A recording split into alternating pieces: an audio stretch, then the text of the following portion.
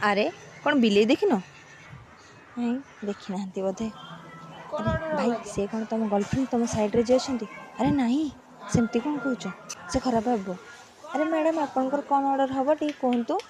Egg roll କି chowmein? ଦୁଇଟା। Hello ଗାଏ, ଜୟ ଜଗନ୍ନାଥ, ନମସ୍କାର। ମୁଁ ସୁଶ୍ରୀ ଆପଣଙ୍କୁ ସ୍ୱାଗତ କରୁଛି ମୋ ଜୀବନର ଆଉ ଏକ ଅଧ୍ୟାୟକୁ। ଆଜି ଆମେ ଭାବିଲୁ କୁଆଡ଼େ ବୁଲିବାକୁ ଯିବୁ। ତାପରେ ଭାବିଲୁ ବାସନ୍ତୀ ମେଢ଼ ପଡ଼ିଛି, ମା ବାସନ୍ତୀଙ୍କ ମେଢ଼କୁ ବୁଲିବା ପାଇଁ ଯିବୁ। ତେଣୁ ମୁଁ ଆଉ ମୋ ଦୁଇ ଭାଇ ସ୍କୁଟିରେ ଧରିକି ବାହାରିଲୁ ଯିବା ପାଇଁ ମା ବାସନ୍ତୀଙ୍କ ମେଢ଼ ଦେଖିବା ପାଇଁ। ମା ବାସନ୍ତୀଙ୍କ ମେଢ଼କୁ ଗଲୁ, ଆଉ ସତରେ କେତେ ସୁନ୍ଦର ଥିଲା ମେଢ଼। ଆସନ୍ତୁ ମୁଁ ଆପଣଙ୍କୁ ଦେଖାଉଛି କେତେ ସୁନ୍ଦର ଥିଲା ମେଢ଼। ଆମେ ମା ବାସନ୍ତୀଙ୍କ ମେଢ଼ ବୁଲିବାକୁ ଗଲୁ। ସେଠି ମା ବାସନ୍ତୀଙ୍କ ପୂଜା କାହିଁକି ହୁଏ ମୋ ଛୋଟ ଭାଇ ପଚାରିଲା, ତାକୁ ମୁଁ କହିଲି।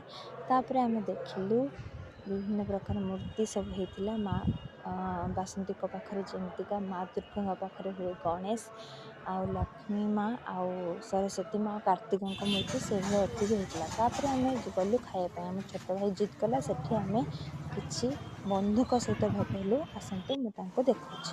ଇଏ ହେଉଛନ୍ତି ମିଷ୍ଟର କ୍ୟାଟ୍, ଭାରି ଏଲିଗେଣ୍ଟ ଲୋକ। ଆସିକି ପୁରା ଭଦ୍ରାମିର ସହିତ ଚେୟାର ଉପରେ ବସିଥିଲେ। ତାହା ଦେଖିକି ଆମ ମନ ପୁରା ପ୍ରୀତ ହେଇଗଲା। ତାପରେ ଆମେ ତାକୁ ପଚାରିଲୁ ଆପଣ କ'ଣ ଅର୍ଡ଼ର କରିଛନ୍ତି? ସେ କିଛି କହିବା ପାଇଁ ନାରାଜ ଥିଲେ, ତେଣୁ ଆମେ ତାଙ୍କ ଗର୍ଲଫ୍ରେଣ୍ଡଙ୍କ ସହିତ କଥା ହେଲୁ।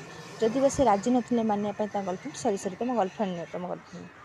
ତ ସେଥିପାଇଁ ଆମେ ତାଙ୍କ ଗର୍ଲଫ୍ରେଣ୍ଡଙ୍କ ସହିତ କଥା ହେଲୁ, ଆପଣ କ'ଣ ଖାଇବା ପାଇଁ ଚାହୁଁଛନ୍ତି? ସେ କହିଲେ ନାଇଁ ଆମର ହେଇଗଲାଣି, ଆମେ ଖାଇସାରିଲୁଣି, ଆପଣମାନେ ଖାଆନ୍ତୁ। ତେଣୁ ଆମେ ଆମର ଖାଇକି ତାଙ୍କ ସହିତ କିଛି କଥାବାର୍ତ୍ତା କରିକି ପଳେଇ ଆସିଲୁ। ତାଙ୍କ ଗର୍ଲଫ୍ରେଣ୍ଡ ବୋଧେ ଟିକେ ରାଗିଗଲେଣି। ହଉ ଟାଟା।